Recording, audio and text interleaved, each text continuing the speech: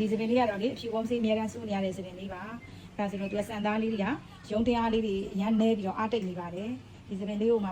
ရုံတရားလေးပြန်တက်ပြီးတော့အားရှိလာအောင်စံသားလေးကိုဝိတ်ရှိပြီးတော့လှတဲ့ပုံစံလေးဖြစ်အောင်ကိုကောက်ပေးမှာဖြစ်ပါတယ်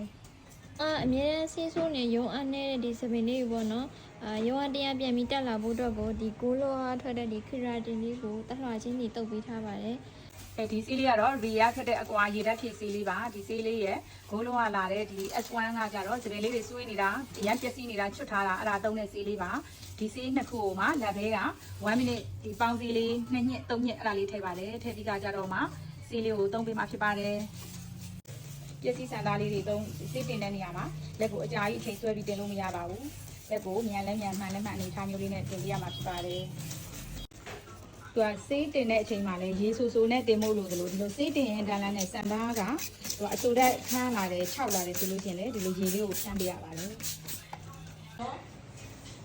ဒါလေးကတော့ဆေးတင်ပြီးတော့ပုံလေးဖော်ပြီးသွားပါပြီဒါတော့အဖြူဘုံဆေးအများအားစိုးနေရတဲ့ပျက်စီးဆန်သားလေးပါအခုဆိုရင်တော့စပင်လေးကလှလဲလှသွားပြီကောင်းလဲကောင်းသွားပါပြီစပင်လေးကအစောအားဆိုရင်ပေါ့ရုံတရားကိုလုံးဝမရှိဘူးရုံတရားသေပြီးကြတော့အဖျားလေးတွေကဆွေးနေတယ်ထုံးလိုက်လို့ရှိရင်ပြန်မကန်တဲ့စပင်လေးအခုဆိုရင်အရန်ကိုလှသွားပါပြီအဲ့တော့ပျက်စီးစပင်နဲ့ပတ်သက်လို့လုပ်ချင်တယ်ဆိုလို့ရှိရင်တော့ရွှေစင်သူ့ကိုလာခဲ့ပါလို့ဖိတ်ခေါ်ပါတယ်ရှင်